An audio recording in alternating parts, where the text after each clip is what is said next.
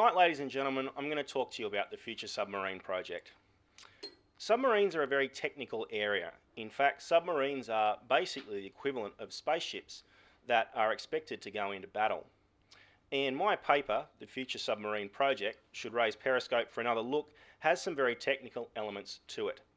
Tonight, however, I'm going to try and cover some more of the basic elements of the Future Submarine Program and why I think we should be looking at nuclear submarines for this project. But before I start, I'd like to share a brief anecdote with you from one of my favourite authors, Jeffrey Archer. In his book As the Crow Flies, the main character Charlie is approached by Winston Churchill to take over a senior public service job during the war. Churchill offers to make him a brigadier to give him some clout. Charlie, on the other hand, suggests that he'd prefer to remain plain old Charlie Trumper, because, as he says, I might need to disagree with a general someday. Well, today I'm going to disagree with several generals, and I'm going to break one of the taboos in Australian society and talk about nuclear power. My speech tonight is going to cover 5 main topics, as long as the microphone holds out. Firstly, the background of the Future Submarine Project, then a brief discussion of the Collins class and what a diesel-powered future submarine might look like, an examination of the nuclear option, which in this case is the US Virginia-class submarine. I'll do a brief comparison of how the nuclear submarine and the conventional submarine stack up, and then finally I'll cover some of the objections to nuclear submarines, including those raised by our former Chiefs of the Defence Force in recent weeks. The Future Submarine Project, as Alex said, is a project to build 12 new submarines over the next 15 to 20 years to replace the 6 Collins-class submarines we operate now. The price tag for this project is estimated to be around $40 billion. Now, to put this in comparison, this is about what the government said that the NBN would cost. Now, personally, I'm interested to see which ends up costing more, the Future Submarine Project or the NBN. I think they might be running neck and neck. It's been described as the largest and most complex defence project ever undertaken in Australia, and it is a very important project.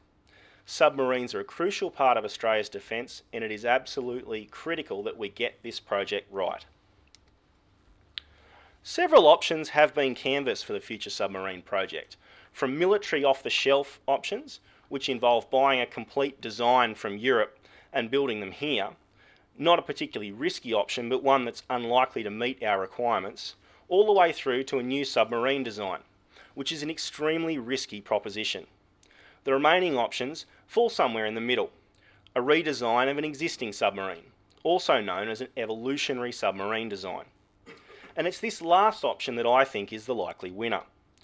The evolutionary design will increase the size of an existing submarine. It'll incorporate a US combat system as opposed to the European ones that are in those subs now, and it'll almost certainly have an air-independent propulsion technology, which is a method of operating diesel submarines without having to continually surface to run the batteries.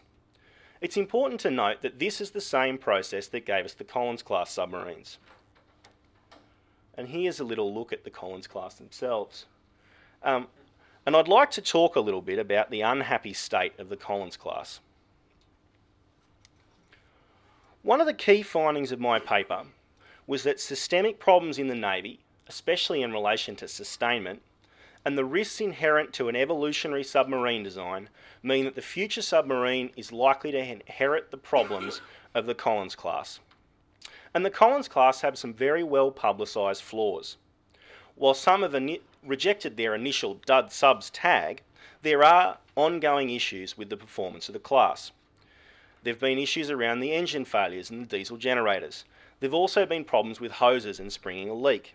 But perhaps more importantly, there are significant maintenance cost and time overruns and very low reliability. I don't believe the dud subs tag was appropriate based on the initial flaws of the class. These sort of flaws are inherent to all design-related defence projects. However, the history of the Collins class is largely marked by failure. So let's take a quick look at some of the stats on the Collins class maintenance to see what I'm talking about. And perhaps the most surprising thing about my research into this project was exactly how high the costs of the Collins class are, given that they are basically still within their first operating cycle. In 2011, maintenance and operational costs were $643 million. This represented a 50% increase in the last 4 years. Annualising figures provided up to June 2012 show that these maintenance costs had increased to $699 million, and an extra $709 million on top of the existing budget has been allocated for Collins class sustainment in the 2012 budget. Maintenance and operational costs for these submarines only need to increase by 4.5% per year for the Collins class costs to exceed $1 billion a year by 2021. And this does not include the $1.5 billion in upgrades under C1439 that are scheduled to happen in the next 10 years. But what is potentially worse than these costs is how long it's taking to do maintenance on the Collins class submarines. It's taking longer to do deeper maintenance on the Collins class than it takes to do deeper maintenance on a nuclear submarine. And it's getting worse. Deeper maintenance now exceeds 3 years. These problems are not new. The complete unavailability of support ships during Cyclone Yasi in 2011 led to the establishment of the Rizzo Plan to look at sustainment in the surface ships. The ongoing costs of the Collins have led to the establishment of the Coles Review, and the second half of that report is due soon. Both of these reviews have made it clear that sustainment is a particular issue in the Navy. People understand that sustainment is important, but they don't understand how important, and they don't seem to do it properly. Now, these costs may not be such a concern if the result of them was that the Collins class was reliable. Unfortunately, however, it's not. The initial expectations of availability for the Collins class were wildly optimistic. The expectation was that 5 ships out of the 6 would be available at any one time. Shortly after they entered service, this was revised to 2 ships on patrol, 2 in preparations or training or having just come back from patrol, and 2 in deeper maintenance. Unfortunately, this expectation seems to be wildly optimistic too. And this is important because the theoretical model for 12 future submarines is based on that 2-2-2 split. Now, Navy stopped reporting availability data in 2008.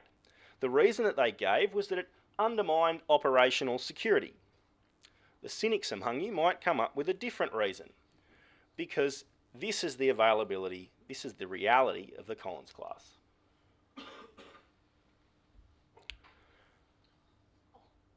The first thing to note about this graph is that it shows just the submarines that are available and not in maintenance based on data that's been submitted to Parliament in response to questions on notice over the last 3 years. This red line here represents the wildly optimistic initial view of the Collins class of 5 at any one time. This green line here is the current expectation based on the 2-2-2 split, but this blue line here is the cold crushing reality of Collins class availability. No more than 3 submarines have been available at any time since the start of 2009, and typically no more than 2 submarines have been available. But as you can see here, for long stretches of time, only 1 submarine was not in maintenance, laid up out of the water awaiting maintenance, or unable to sail due to defects. And this is what the future submarine is going to look like. In my view, there must be a better way. And there is. So let's talk about nuclear submarines. This is a picture, a stylised drawing, of a Virginia-class nuclear submarine, showing some of the key features that it has. This is the next generation US attack submarine, and it's likely to be in service for many years yet. In the nearly 10 years that they've been in service to date, they've proved to be extremely reliable, surpassing the reliability of the Los Angeles class that they replaced. And the costs are coming down, both in terms of acquisition costs and in terms of maintenance costs. Now, in my paper, I go into a lot more detail as to why we want the US subs as opposed to the British or the French options, but I don't intend to cover that tonight, other than to mention what I think are two of the key details that swing this in the favour of the US submarines. The first is that US has facilities in the Pacific. They have a submarine base at Guam and a big submarine maintenance facility in Pearl Harbor, which allows Australia to access those facilities for maintenance. The second is that Australia has very close naval ties with the US, and significant systems on the eventual future submarine will be US systems. And we've got a history of acquiring these US systems. It makes sense that if we're going for this option, we should look at the US option first. Now, nuclear submarines are more capable than diesel-powered submarines. They can travel further, faster, and remain deployed for longer. They have much greater power generation, so they operate more powerful systems and sensors. And I'm going to cover that in a little bit more detail shortly. But the important thing, I think, is this. Nuclear-powered submarines meet the requirements in the white paper without incorporating the risks of substantially redesigning or jury-rigging an existing submarine to meet Australia's needs. In my paper, I go into a lot more detail as to how many subs we might need. But in short, I think that leasing 8 nuclear submarines would meet the requirements set out in the white paper. And leasing solves some of the key problems that we might face in establishing an Australian nuclear program. Australia would be able to bundle acquisition, crew training, maintenance and disposal of spent nuclear material, which should also eliminate some of the concerns around nuclear power. Now, one of the things that I do want to talk about in a bit more detail, because it's been raised by several people since the release of my paper, is whether the US will actually lease these subs to us. And the short answer is that we don't know whether the US will release these subs to us. If we were to go to the nuclear option, it would be the subject of intense negotiations. But I believe that it is in the US interest to lease these submarines to us, and I'll tell you why. The US is pivoting their defence forces towards Asia, changing from a 50-50 split across the Pacific and Atlantic Oceans to a 60% bias towards the Pacific. They're doing this because of the strategic importance in the next century of the Asian region. And we can see Australia responding to that exact same challenge through the recent release of the Australia in the Asian Century White Paper. And Australia is a key US ally in this key strategic region. Australia having an improved submarine capability helps the US meet their objectives. We are an effective force multiplier. But closer to home, the US is facing other challenges. Quite specifically, they're facing sequestration, which is a mandatory across-the-board 10% cut in the defence budget of all programs in the US Defence Forces. Australia spending money on Virginia-class submarines would help keep that program on track and allow the US to cut their own spend. As it was put recently, it's very difficult to build 1.8 submarines, but Australia will help meet that need. And there's a historical precedent for this too. In 1958, the US transferred a complete power and propulsion system for the UK submarine, the Dreadnought, to help establish the UK nuclear submarine program. And in 1988, perhaps even more relevantly, they agreed to do the same thing for Canada. In the end, Canada decided not to go through with it, but a lot of the strategic reasons for this will apply in the case of Australia.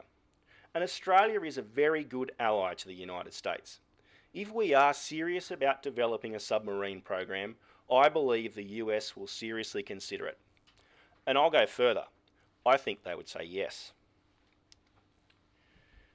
What I'd like to do now is just do a brief comparison of some of the key areas and the key features of diesel submarines and nuclear-powered submarines to show why I think the nuclear option is a better one. And the first thing to talk about, in my view, is cost. Now, retired General Peter Cosgrove, writing in the Adelaide Advertiser last week, said that I was too much of an economic rationalist by wanting to talk about costs. But personally, I take that as a compliment. And As I said, I promise to disagree with generals, so let's have a go at it. I think the cost details for this project are very important. And earlier I mentioned how much the Collins costs shocked me. Well, this shocked me even more. It's not just cheaper to operate nuclear submarines, which goes against all conventional logic in this debate for years. It's a lot cheaper to operate nuclear submarines. Australia would save more than $10 billion in acquisition costs by acquiring nuclear submarines. And if the costs for the conventional program blow out, it could be more. It could be as high as $15 billion. Moreover, Australia would save up to $750 million a year in operating costs. And that allows for a 30% margin on top of US Virginia operating costs to allow for currency fluctuations and Australian inexperience with nuclear systems. And what's really important here, I think, is this.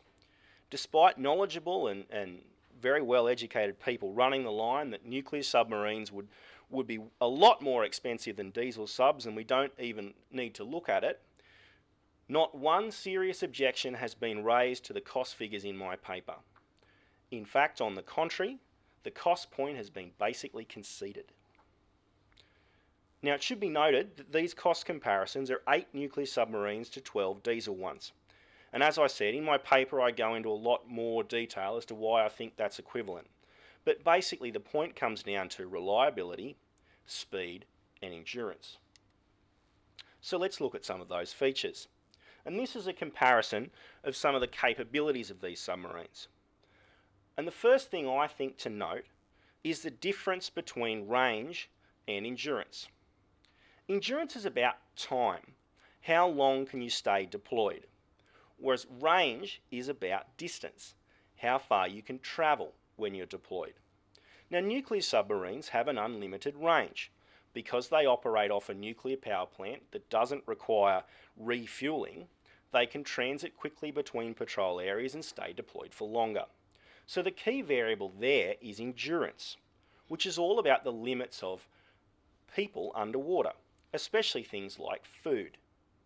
But for diesel submarines, the story's different. And that's because both endurance and range are limited by fuel. Range and endurance for diesel submarines are basically a function of speed.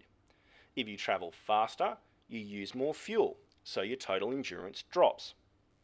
And this is important because diesel submarines transit to their patrol areas very slowly. They can go faster when they're operating on battery power, but not for long. And they certainly can't travel very quickly on their diesel engines when they're taking in air. They're limited to about 10 knots. Now, by comparison, a nuclear submarine can travel at about 30 knots. Now, this means more flexibility for nuclear submarines. They're on patrol longer, both because they travel to the patrol area quicker, and because they're deployed longer, but they also means they can cover more missions. And that's one of the key reasons why you need fewer nuclear submarines than diesel submarines. But it's not just this flexibility that gives nuclear submarines the edge. Diesel submarines are highly limited in the amount of power they can use, because the sooner they use the power in their batteries, the sooner they have to rise to the surface to recharge them, and the more vulnerable they are to attack, because that's where submarines are at their most vulnerable, when they're on the surface. Nuclear submarines, on the other hand, run a lot more powerful sensors and systems because the nuclear power plant keeps running and they don't need to surface. So while there is a question about which submarine is more stealthy, it depends on what you're looking at. Nuclear submarines have more background noise on a longer period of time, but diesel submarines have to surface all the time, where they're vulnerable to attack. Now, the final comparison that I want to make is one of risk. There are 3 big risks to a diesel-powered Collins-class type future submarine. The first is the risk that the sheer difficulty of redesigning and testing and building a new submarine will take so long that a capability gap develops between the retirement of the Collins class and the commissioning of the future submarine. And the guys from ASPI have done some good work on this, and they've determined that a capability gap is almost certain without an expensive bridging program. Now, this risk is increased by the second major risk, and that's that the initial issues with the new submarines will cause the timeframe for commissioning these subs to shift to the right. And pretty well every developmental defence program takes longer than is initially anticipated. And the third risk is that the costs of this program will blow out. And that's a major risk for every developmental program. And, as many people would be aware, pretty well every developmental defence program costs more than was initially expected. On the other hand, the main risks with the nuclear option are skill related. That Australia will need to upskill quickly to operate nuclear submarines, both from a maintenance perspective and a crew perspective, and that existing skill base doesn't exist. This is a valid concern, but we've got 10 years to figure these skilling issues out, and we would have an ally with a lot of experience helping us. In my view, this is a manageable risk. Now, the final area that I want to cover tonight are some of the objections to a nuclear submarine program, and this is the part where I will respectfully, of course, disagree with two former chiefs of the Defence Force, both of whom are up there. And I think it's telling, these three particular quotes, because they all, in my view, get down to the fundamental objection to a nuclear submarine program, and that is jobs. Now, predictably, all of these criticisms are from South Australia, where the submarines will be manufactured. Now, I certainly would not want to impugn the integrity of any of these men, and I think that both Air Chief Marshal Houston and General Peter Cosgrove are fantastic ambassadors for defence and defence industry, but they both serve on Defence South Australia's advisory board, and the main function of that board is to advise the South Australian government on how to grow the defence industry. And that's the defence industry, not the defence force. In my view, these protectionist arguments don't stand, and protectionism isn't the right answer here. We need to make sure that we get the best submarine we can for the money that the government is willing to pay. And it's better still if we can get a better submarine cheaper. Now, when talking about nuclear power, safety is always a very big and very important issue. However, US nuclear submarines are the safest in the world. They have travelled over 240 million kilometres and operated for over 6,000 reactor years without a single radiological incident. They've been coming to Australia for over 50 years, and again, no incidents. And while they've been here, we've monitored them very, very closely to see if there's been any emission of nuclear radiation. And again, there have been no incidents. In fact, crew on board a nuclear submarine actually get less radiation than the average person suffers from going through normal medical procedures and background radiation from just walking around outside. But what if there's a catastrophe? Well, for a start, nuclear submarines are a hell of a lot smaller than nuclear power plants. So a nuclear power plant that generates 1,000 megawatts is something in the vicinity of 20 to 30 times the size of a nuclear submarine reactor. But the Australian Radiation Protection and Nuclear Safety Agency have looked at this and made some plans. And these plans are based on what they call the reference accident. Now, the reference accident is a theoretical, and I stress theoretical, contained loss of coolant accident aboard a Los Angeles class submarine. A loss of coolant accident was considered to be a 1 in 10,000 reactor year chance in 1989, and given the advances in reactor technology since then, it's likely that this is a conservative estimate.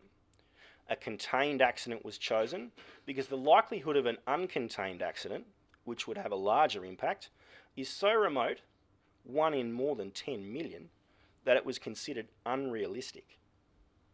And the whole reference accident is conservative in its estimates.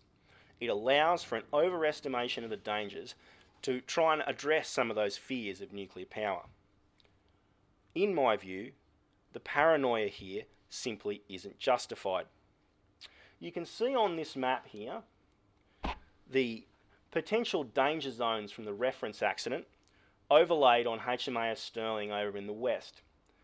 The smaller inside zone there is the only one where it would be required to evacuate, and this larger zone here would require to seek shelter.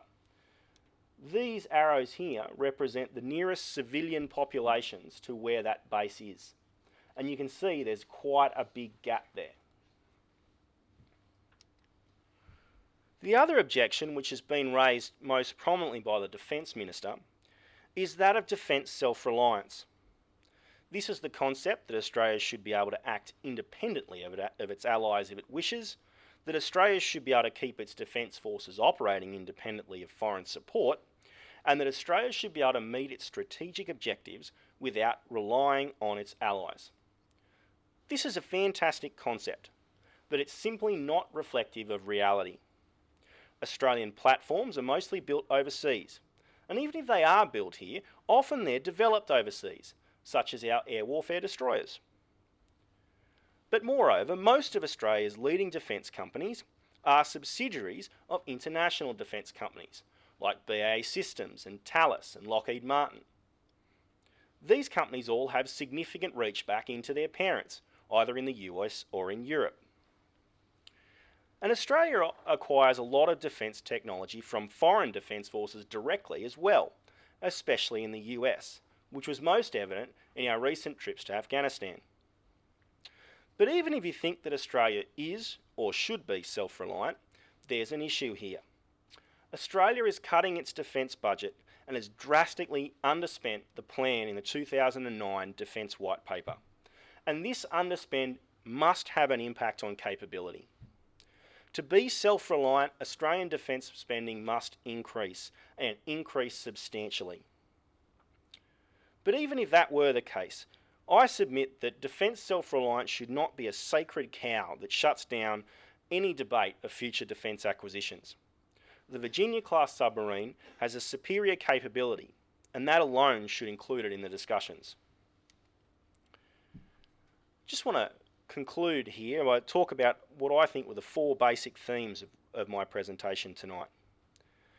The first is that the Collins class is expensive, unreliable, and has proven to be largely a failure since it's been brought into service.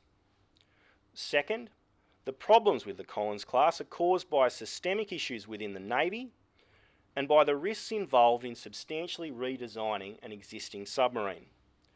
As a consequence, these problems will be inherited by the future submarine.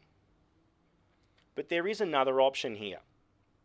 The US Virginia-class submarine is highly reliable, highly capable, and it's a submarine that meets Australia's requirements. It's less risky, and it would save lots of money. Finally, the arguments that have been raised against nuclear power and nuclear submarines simply don't stack up, and they certainly don't justify rejecting the Virginia-class submarine from even the most basic of consideration. I would submit on that view that Australia must consider the Virginia-class submarine for the future submarine project. Thank you.